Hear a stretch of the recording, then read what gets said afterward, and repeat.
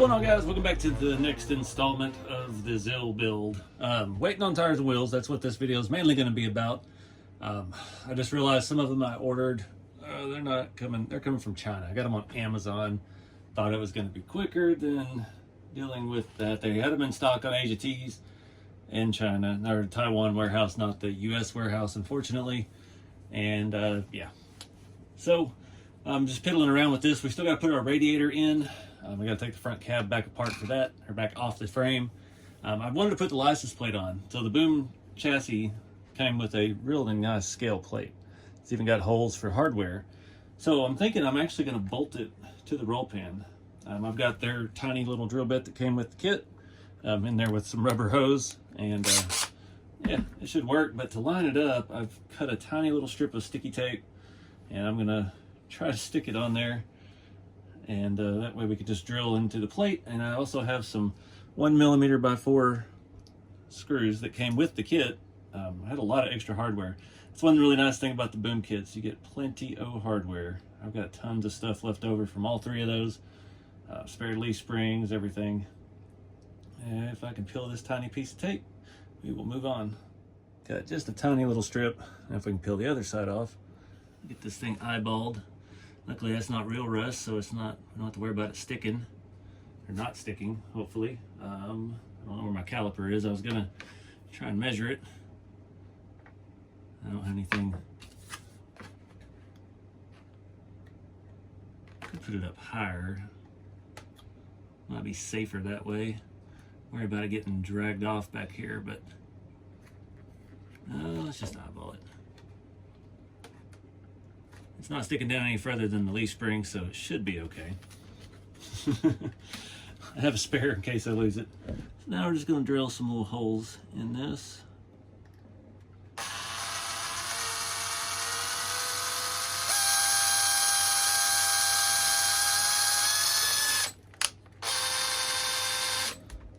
Trying to keep them to the inside of the slotted holes in the frame so it can't slide around on us.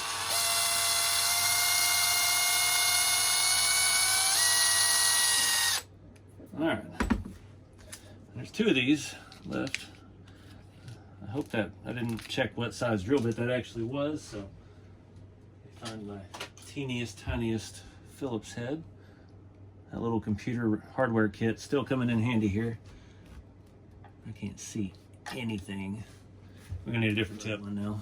Just hope that hole was big enough because we've already committed to this now. If we can force thread it in and just, oh yeah, perfect.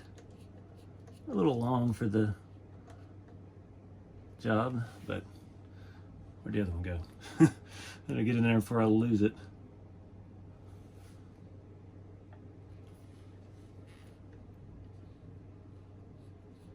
There it goes. Perfect. Looks crooked now. I don't know about weathering the plate. I'm not that worried about it. We're in there. Nice little mod. Gotta remember how to take this body off. There's 2 screws up here, one on each side. Those are short 2.5 coarse thread. This thing has some turning radius with these skinny tires on it. I'm still, the 2 sets of tires I got some Boom Racing 155s. And a very similarly sized tire, same height and width as these, just a little wider. And I don't know, they'll look good on there, but the other ones I got are 1.9s, and I just like the style. They're very unique, kind of artillery style, old school wheel, and they're white, so I thought we could rust them up a little bit, and that would be an excellent addition to the color setup. Have a little bit more white on it. So these are actually M3 coarse thread. And we gotta, I did the same thing when I put it together. You're supposed to take the bed off to get to the body. I'm just forcing it because it's already rusty and I don't care. All right. So I was talking about the end of the last video. If you pull the hood, it's hanging up there in the middle. So you got to be able to push it up in the middle of the back. It's kind of weird. Let's see, so this just clips over. Hope this stays together. Yeah, so we need to get some glue on that. I already got some glue in the way, so I'm gonna have to clean up that edge. This was really, I couldn't get to stay together. I was using E6000 and I had to leave it setting for a few days. It looks good, it's just a little convoluted, the design. I use a little, I thought I was gonna try to use a tool to get this down in there. I may have to do that still. I need to get it on the top and the bottom edge without doing too much. Where is sacrificial Allen key here? Put that on the top, some on the bottom. That'll be pretty good. There, open the hood again. Same thing, caught in the middle. There it is. I'm just gonna eyeball it, center it up. Right between those magnets. Give it a good squeeze and hope it stays. Put one of these clamps on it. Oop, nope, not there. Put 2 of these clamps on it. Without screwing up our grill paint. Gotta be real careful with that. Well, this has got plenty of time to dry since we're waiting on the tires. So fast forward. All right, guys, all my wheels showed up today and I don't like them. So these GRC19s, they are awful. They are so wide. All these generic ones, they're made for stuff like the SCX and the TRX4 and stuff like that. So the offsets are way wide. And they're just wide. Like I'm trying to run these skinny, even these RC4 drives, what are these? DUKW military tires. They're just, it's gonna make everything too wide. I can barely get the bead set on that. With this style, and the skinny tire just does not jive. They're too big. 19's way too big. Even if we rusted those up, I'm just not gonna be happy with it. The same feeling I had with the ones that were on it. Those with the 19's. The 155s I got, these are the Boom Racing, where are these? Boom Racing 16-hole classic steely reversibles. And obviously I don't like the color. I got the bare metal looking ones because I'm thinking rusty truck, bare metal, rust, so on. And I got these Boom Racing tires. And these were the closest to these Landy Classics. They are, let's say, 95 by 30, so 3.74 inch. I believe these are like 3.72 by 1.18, and these are like 1.1. So it was the closest 155 tire I could find, and I don't know, they're a little bit fatter. It fits the truck. It's hard to tell too with mismatched, but I don't know. It feels generic. It feels like that's what everybody's gonna run on this truck because that's what fits it. So I don't know what to do. That one's not fully seated. I just got it thrown together to get a look at it. These I do like because they're heavy. This is like pot metal, like really cheap metal. The last set of GRC wheels I had, I was trying to tighten this and ended up cracking. That's how strong this stuff is. I feel stupid because I spent a fortune to get these wheels here in a reasonable amount of time. No one had them in stock in the US. And I have another set coming that I bought on Amazon that didn't disclose they were coming from China. So they're still 2 weeks out. And I paid more for shipping on this set from Asia Tees than I did for the wheel itself. So not loving it. Not loving it at all. So I don't know what to do with the front wheels with these Boom.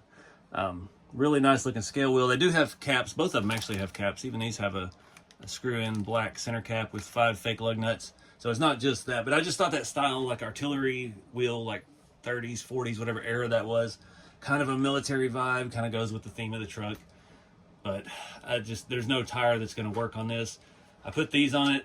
It just, especially up front, it pokes out too much. They're way too tall. We've got to keep something skinny on this thing. It's starting to look cartoonish at this point. They're sticking out a little bit so far. So I don't know what to do. I need to do some more brainstorming. I'm looking at that wheels on that hot rod in the background, like those would work, but I don't want to steal wheels off of something that's already got them. So yeah, let's see what we can come up with.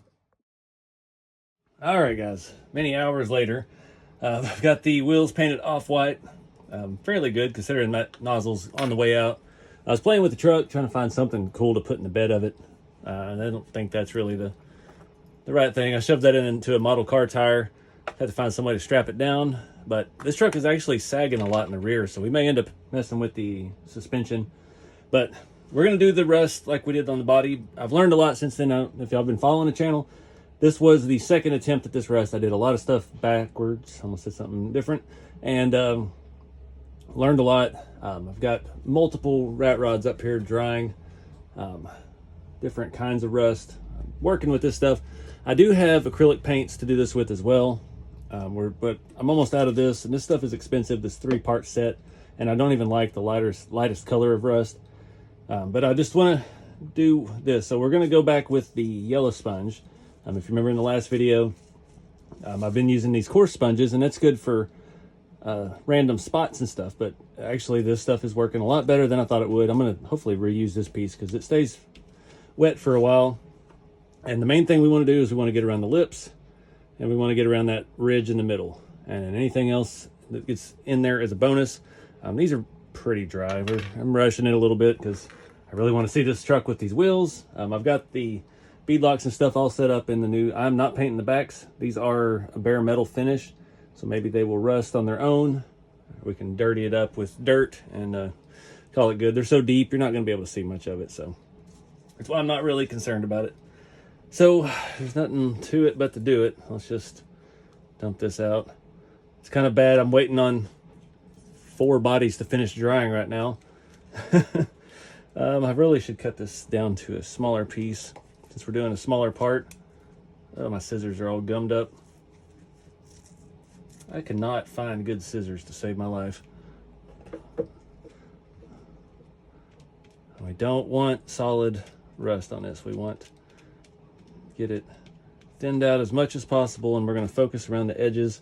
I wish I'd have put a rubber glove on. Let's do that real quick. This I didn't think about this all the way through. So let's go work around outside. Oh, something where I don't have to hold the edges of it.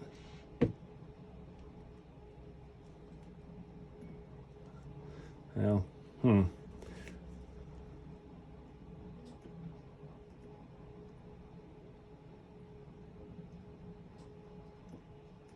it's looking a little too uniform.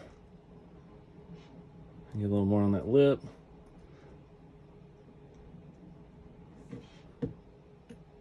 Only problem is this stuff takes forever to dry. I know my friends that have done with the regular acrylic paint with the sponge technique, they talk about it drying too fast almost. So that's something that's going to completely change the process for us once we switch to that. I did pick up some acrylic paints, and like a burnt sienna and a burnt umber, I think was the 2 colors. Since I'm really not keen on that brighter color, but that brand I bought didn't have it. But we'll discuss that more in the next video when we try it out. So I'm going to rock that. And we're just going to keep going. Let's see. Oop. All right, guys. So that stuff's pretty, well, it's as dry as it's going to get. These did have a different front and a rear. The part number, I'm not sure which cap is which. I took them all apart. Neither, I guess that looks more like a lockable hub than that does, but yes, it's kind of different. It's not like the stuff we normally see around here. I don't know why I put the cap in that was awesome. So we're going to move on to the medium color. I'm going to try to do very light work with this. I'm not even going to, which one was I just using? Was it that one? This is the fresh one. So I'm going to pour just a tiny little bit of this stuff. Maybe just a little. Oh, and of course we get it all down the side of the bottle. Awesome. So far this white is not matching that white. That's got way heavier. This is what I've learned since this truck. So now I'm going to have to backpedal and try to, I don't know. The wash is just so heavy. I don't want that look for this, but if we get this all done and it doesn't look right, then man, we may have to add it. So we'll just see. I'm still on the fence about the bed situation. I was talking to my friend Darren from Canada. He was making sure I knew they had these wheels in white. I had a set of these on the shelf. I've had them for ever, since they first came out, and I just sold them about a month and a half ago on one of the garage sales on rceveryday.com. And of course, then here I am, finally found a use for them. But it's all right, because I'd rather paint them the off-white anyway. I don't want the stark white. Fits the build better, but yeah, that's how it always goes. You set on something, set on a part for years and years, and then you get rid of it finally, and then you need it. I did figure out a better way to hold these. Hold it down the middle. Again, we're just trying to focus on the top surfaces, but I'm trying to get a little bit of that first layer of face. I can kind of just flip it around in my hand. Go to put the beadlocks together, because we have to mash on these pretty seriously to get the wheel and tire together. So this is gonna suck. I don't have the patience for it. I wanted to see the wheels on it now. All right, let these dry. All right, guys, I'm gonna get a little dirt on these tires. Trying to remember if I have what I have this saved as. And this is the only downside, that battery lead is just a little short. It's funny, when we were at Haul and Crawl, our friend Braxton had his, and he actually carried some little pliers in his pocket to help with this. So trying to see if I have, these are about as little as I've got. Just been curious how this battery is going to fit. Actually really, really well. That's so handy. The only thing is the hood is very difficult to open, and it catches here in the middle. Luckily we don't have any inner fenders, so we can kind of peep that up. May rethink my switch location. That's not as easy as I thought it would be. All right, this is on the boom truck, Boom 02. We'll see. Yep, glove liner. Sweet. I'm gonna rename that real quick. We'll go get some dirt on these tires, see how this thing really looks.